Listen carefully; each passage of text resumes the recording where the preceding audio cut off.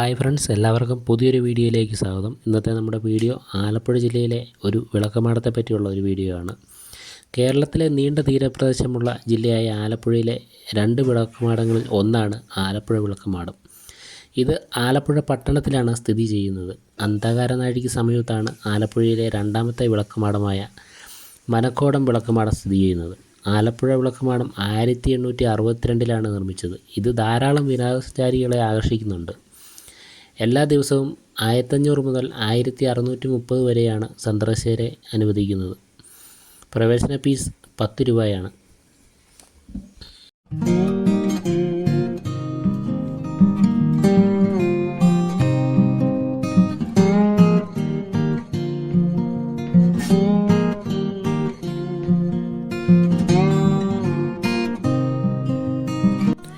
ഈ ലൈറ്റ് ഹൗസിൻ്റെ മറ്റൊരു പ്രത്യേകത എന്ന് പറയുന്നത് കുട്ടികൾക്കായുള്ള ഒരു പാർക്കും ഇതിനോട് ചേർന്ന് തന്നെ നിർമ്മിച്ചിട്ടുണ്ട്.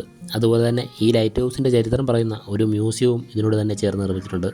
ഈ മ്യൂസിയത്തിലെ കാഴ്ച എന്ന് പറയുന്നത് ഈ ലൈറ്റ് ഹൗസ് തുടങ്ങിയ ആദ്യ കാലങ്ങൾക്ക് മുമ്പ് തന്നെ ഇതിൻ്റെ മുമ്പിലുണ്ടായിരുന്ന വിളക്കുകൾ, അതായത് മാൻഡിൽ ലൈറ്റുകൾ, അതുപോലെ തന്നെ ഗ്യാസ് ലൈറ്റുകൾ, റിഫ്ലക്സ് ലൈറ്റുകൾ, ഇങ്ങനെയുള്ള ലൈറ്റുകളാണ് ഇതിൻ്റെ അകത്ത് ഈ മ്യൂസിയത്തിൽ കാഴ്ചയ്ക്കായി വെച്ചിരിക്കുന്നത്.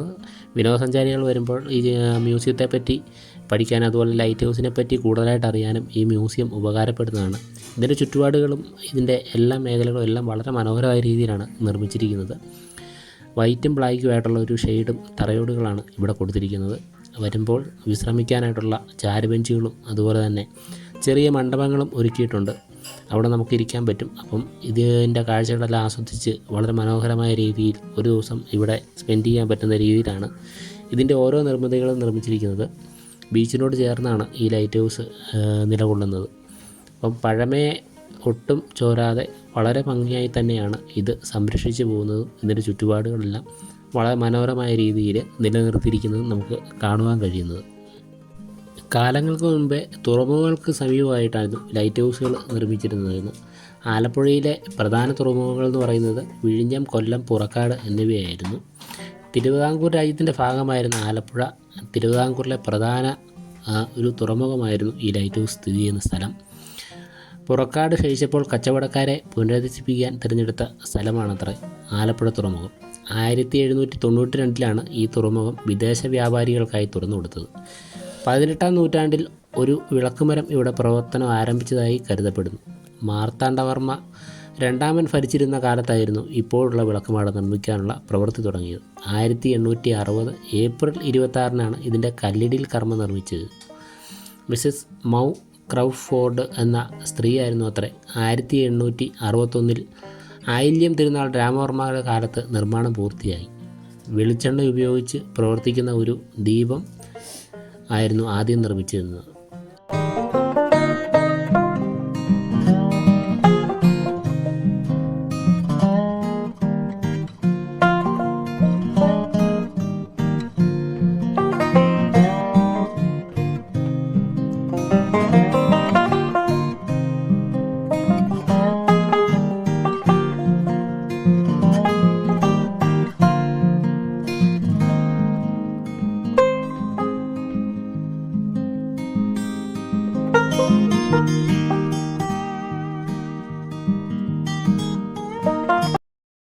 അപ്പോൾ നമ്മൾ ആലപ്പുഴ ബീച്ചിനോട് ചേർന്നുള്ള ലൈറ്റ് ഹൗസിൻ്റെ അടുത്താണ് വന്നിരിക്കുന്നത്.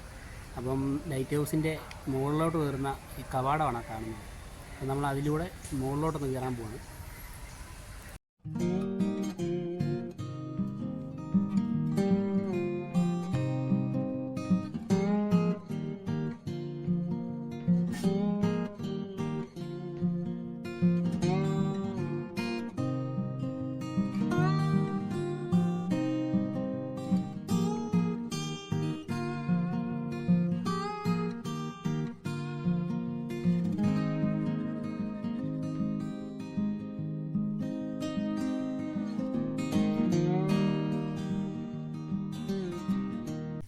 ഈ വിളക്കുമാടത്തിൻ്റെ ഉയരം എന്ന് പറയുന്നത് 30 അടിയാണ്.